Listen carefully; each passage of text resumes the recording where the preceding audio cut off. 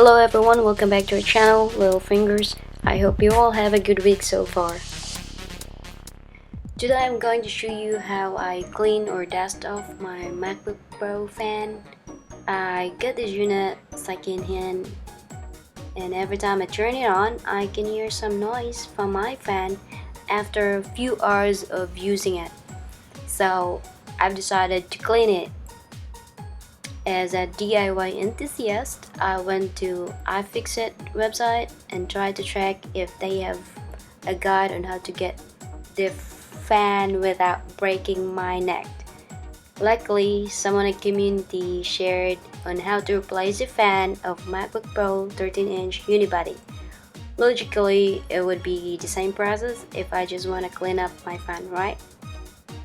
For this DIY project, I've used the 00 Phillips screwdriver, Spudger, and T6 Torx screwdriver. After taking off the back cover of the unit, I disconnect the battery immediately.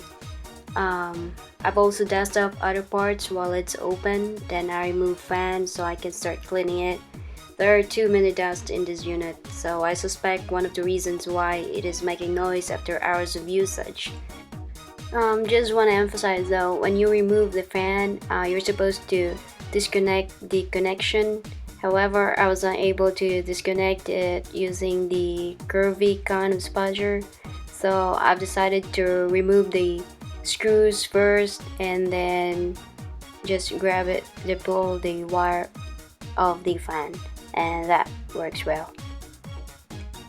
So I use a tiny brush and Q-tips, also cloth to dust off the fan and the rest of the back portion of my unit.